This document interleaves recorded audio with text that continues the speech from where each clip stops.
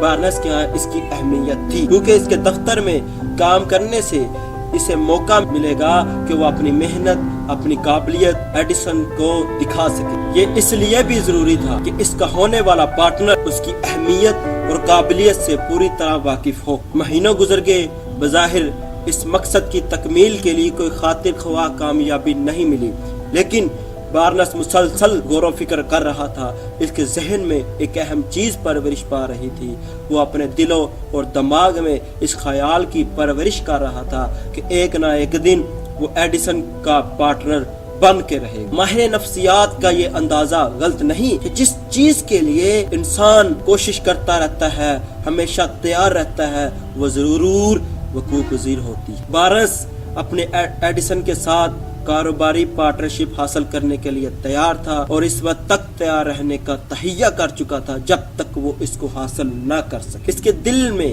کبھی یہ خیال پیدا نہیں ہوا کہ اس ناممکن حصول کے لیے محنت کرنے سے کیا حاصل، کیوں نہ میں بھی ایک سیلز مین بن جاؤں، بلکہ وہ اپنے آپ سے کہا کرتا تھا کہ میں یہاں ایڈیسن کے ساتھ کاروبار پارٹنرشپ کے لیے آیا، میں اسے حاصل کر کے ہی رہوں گا، خواہ مجھے اس مقصد کے حصول میں اپنی عمر کا، اپنی زندگی کا بقایا حصہ ہی کیوں نہ لگانا پڑے۔ اس نے اپنے آپ سے جو کچھ کہا وہ اسے کر کے بھی دکھانا چاہتا۔ اگر انسان اپنے ارادے میں پختہ نظر آئے اور اس کے حصول کے لیے اپنی ساری انرجی لگا دے تو جتنی مشکلات بھی پیش ہے چاہے وہ ختم نہ بھی ہو، لیکن وہ کامیاب ہو کر رہتا ہے، اور ایک نہ ایک دن مشکلات ختم ہو ہی جاتی۔ ہو سکتا ہے کہ نوجوان بارنس کو اس وقت یہ معلوم نہ ہو، لیکن اس کا استقلال، اس کی ثابت قدمی اور ایک واضح مقصد کے لیے اپنی ساری قوتوں کو ایک مرکز پر لے آنا ایسا واقعہ ہے جس نے ان ساری پیش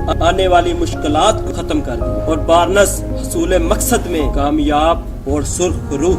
موقع جب بھی آتا ہے تو ان کی صورتیں وہ نہیں ہوتی جو انسان تلاش کرتا ہے، چنانچہ بارنس کو حصول کامیابی کا موقع مل ہی گئے، اور وہ بھی ایک انوکھے انداز میں۔ موقع سے فائدہ اٹھانے کی خصوصیت مقصد کی اہمیت کو بالا کر دیتی۔ موقع انسان کی زندگی میں ہمیشہ نامعلوم راستوں سے داخل ہوتا ہے، عموماً یہ بدبختی اور ناکامی کی شکل اختیار کر لیتے ہیں، جن میں ہر ایک کا ان کو پہچاننا مشکل ہو جاتا ہے۔ یہی وجہ ہے کہ اکثر لوگ ہاتھوں پہ ہاتھ دھرے بیٹھے رہتے ہیں اور موقع کھو دیتے ہیں جن سے بر وقت فائدہ ان کی زندگی کا دھارا بدل دیتا ہے۔ اس کتاب کے پارٹ 1 کا تیسرا پیراگراف یعنی امید کی۔ اسی زمانے میں ایڈیسن نے اپنی ایک ایجاد مکمل کی جسے ایڈیسن ڈکٹیٹنگ مشین کہا جاتا تھا۔ سیلز مین اس کی فروخت میں زیادہ دلچسپی نہیں لے رہے تھے۔ بارنس نے اندازہ لگایا کہ اس مشین کی فروخت کے امکانات بہت زیادہ ہیں۔ بارنس کو غالباً ان امکانات کا اندازہ بھی تھا جتنا اس کے موجد یعنی سائنسدان ایڈیسن کو تھا۔ اس نے محسوس کیا کہ وہ ایڈیسن کی اس ایجاد کو فروخت کر سکتا ہے۔ اس نے اس بارے میں ایڈیسن سے گفتگو کی۔ ایڈیسن بغیر پاس و پیش راضی ہو کہ وہ بارنس ان مشینوں کو فروخت کرے۔ بارنس نے اپنی کوششیں شروع کی اور اس نے اتنی مشینیں فروخت کی کہ ایڈیسن نے اسے سارے ملک میں ان مشینوں کی فروخت کا اجارہ یعنی ڈسٹریبیوشن دے دی۔ بارنس اور ایڈیسن کی کاروباری شراکت 30 سال تک جاری رہی اور اس کے ذریعے بارنس نے کافی دولت کمائی، لیکن اس سے زیادہ اہم بات یہ ہے کہ اس نے دنیا کو روشناس کرایا کہ انسان کے خیالات اسے دولت مند بنا سکتے ہیں۔ بارنس نے اپنے اس ابتدائی خیال سے جس قدر دولت کمائی اس کا اندازہ مشکل، لیکن ممکن ہے کہ اس زمانے میں اس نے 20 سے 30 لاکھ ڈالر کمائے، لیکن اس دولت کی مقدار کچھ بھی ہو اس غیر معمولی اصول کے سامنے حقیر ہے، جس سے یہ ثابت ہوتا ہے کہ ظاہری طور پر غیر معمولی خیال کو مقررہ اصولوں پر عمل کرنے سے دولت جیسے حقیقت میں بدلا جا سکتا۔ بارنس نے ایڈیسن کے ساتھ کاروباری شرکت کا خیال کیا تھا۔ اسے اس خیال کے عمل میں لانے کے بعد حاصل ہونے والی دولت کے ڈھیر تصور میں نظر آیا کرتے تھے۔ اس کے پاس ایک خیال تھا شروع میں، اس کو عملی جامہ پہنانے کے لیے اس کے پاس کچھ نہ تھا، لیکن وہ جانتا تھا کیا چاہتا ہے اور اس میں اس خیال کو عمل میں آنے تک استقلال یعنی ثابت قدمی یعنی پرسسٹنس کے ساتھ اس خیال کو سینے سے لگائے رکھنے کا عزم تھا۔ اس کے پاس دولت نہ تھی اس کی تعلیم بھی زیادہ نہ تھی، اس کے لیے سفارش کرنے والا بھی کوئی نہ تھا، نہ اس کے کوئی ذاتی اثرات، لیکن اس میں موقع سے فائدہ اٹھانے کی قابلیت موجود تھی۔ اسے اپنے آپ پر اعتماد تھا، وہ ہر قیمت پر کامیابی حاصل کرنے کا پختہ ارادہ کر چکا تھا۔ چنانچہ لاتعداد مشکلات کے باوجود اس نے دنیا کے سب سے بڑے سائنسدان کے ساتھ پارٹنرشپ حاصل کر اب آپ اس کے الٹ مثال دیکھیں، جس میں ایک دولت مند آدمی جس کے پاس کامیابی حاصل کرنے کے سارے ذرائع موجود تھے، کس طرح اپنے مقصد سے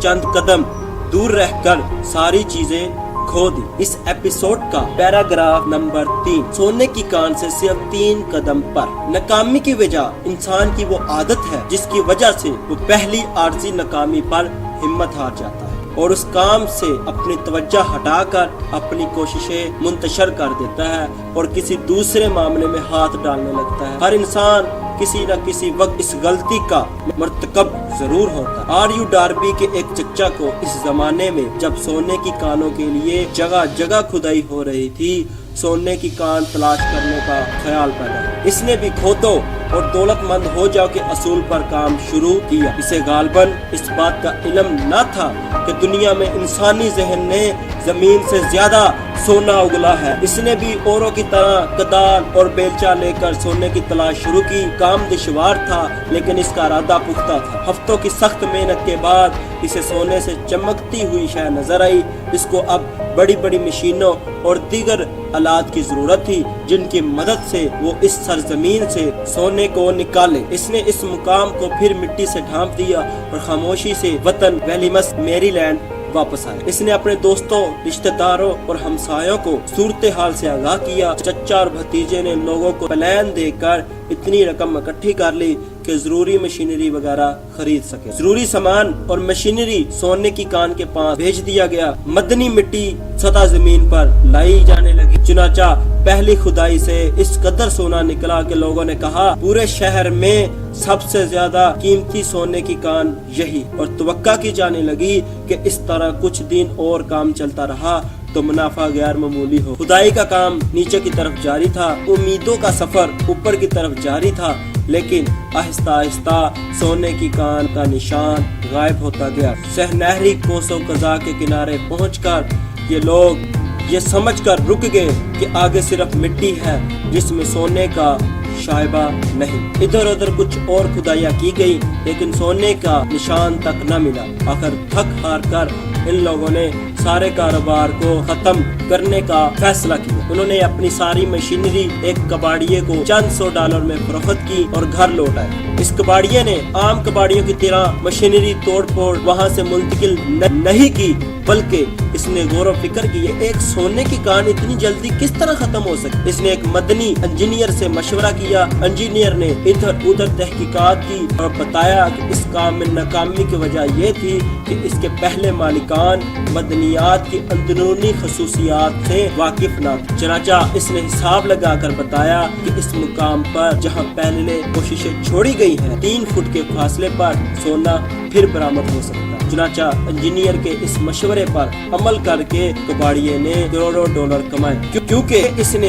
امیدیں لگانے سے پہلے ماہرین فن کی رائے حاصل کی۔ اس کام کے لیے جس قدر رقم جمع کی گئی تھی اس کا بیشتر حصہ نوجوان آر یو ڈاربی کی کوششوں سے ہی حاصل ہوا تھا۔ یہ رقم اس کے رشتہ داروں، دوستوں اور ہمسایوں سے حاصل کی گئی تھی۔ انہوں نے یہ رقم اس لیے دی تھی کہ انہیں ڈاربی پر بھروسہ تھا۔ اس نے ان کی یہ ساری رقم ایک ایک کر کے ادا کی تو اس میں اسے برسوں بھی لگے تھے۔ عرصہ بعد جب آر یو ڈاربی کو اس اصول کا علم ہوا کہ خواہش سونے میں تبدیل کی جا سکتی ہے تو اس نے نہ صرف اس پر عمل کر کے اپنے سارے نقصان کی تلافی کی بلکہ اس سے بہت زیادہ دولت بھی کمائی۔ ڈاربی نے یہ انکشاف زندگی کے بیمہ کا کاروبار شروع کرنے کے بعد کیا۔ اب ڈاربی ان چند لوگوں میں سے جن کی دنیا میں کبھی 50 سے زیادہ نہیں ہوئی کہ انہوں نے ایک سال میں $10 لاکھ کی بیمہ پالیسیاں فروخت کی۔ اس بات کو یاد کر کے اس نے سونے کی کان سے چند قدم پر رک جانے کی وجہ سے کثیر دولت ہوئی۔ وہ کہتا ہے کہ اب میں ان لوگوں میں سے نہیں رہا